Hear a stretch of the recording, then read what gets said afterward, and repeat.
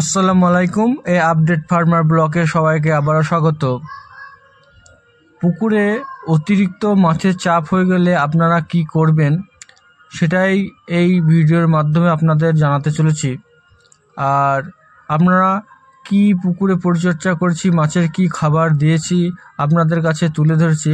আবার একবার বলছি, এইসব জানার জন্য অবশ্যই আমাকে সাবস্ক্রাইব করে বেল আইকনটা বাজিয়ে দেবেন, তাহলে দেখবেন সমস্ত রকমের ভিডিও আপনি জানতে পারবেন।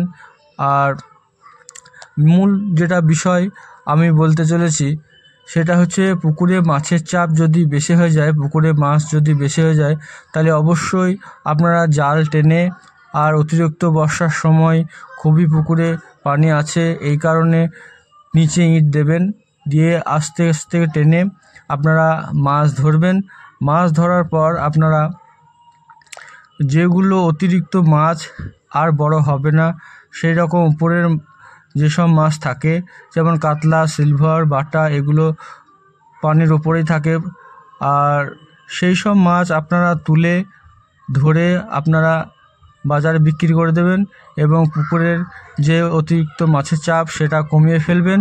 তারপরে আপনারা আবার খাবার দিয়ে সেটা তাড়াতাড়ি বড় হবে। আপনাদের দেখায় যে এই দেখুন, আপনারা দেখতেই পাচ্ছেন যে জাল ছোট হয়ে আসছে আর বাটা মাছ বা অন্যান্য মাছ লাফাচ্ছে, এই দেখুন। আর অনেক চুনো মাছ আছে, সেইগুলো জালে বেঁধে গেছে, আর আমরা সেগুলো ছাড়িয়ে এক জায়গায় করছি, আপনাদের দেখাচ্ছি, এই দেখুন। আর এরপরে মাছ বাছাইয়ের কাজ শুরু হয়ে যাবে। চলুন মাছ বাছাইয়ের কাজটা আপনাদের দেখাই। এই দেখুন, আমরা মাছ বাছাই করছি। এবার যেগুলো অতিরিক্ত মাছ সেগুলো আমরা তুলে বাজারে নিয়ে যাব। আর এখন এই সব বাছার কাজ শুরু হচ্ছে, আর আপনারাও এইরকম করে বেছে দেবেন পুকুরে অতিরিক্ত মাছ হলে। আর এই রকম নিত্য নতুন ভিডিও পেতে হলে অবশ্যই আমাকে সাবস্ক্রাইব করে দেবেন। আর কোনো কিছু জানা থাকলে আমাকে কমেন্ট বক্সে কমেন্ট করতে পারেন। আসসালামু আলাইকুম।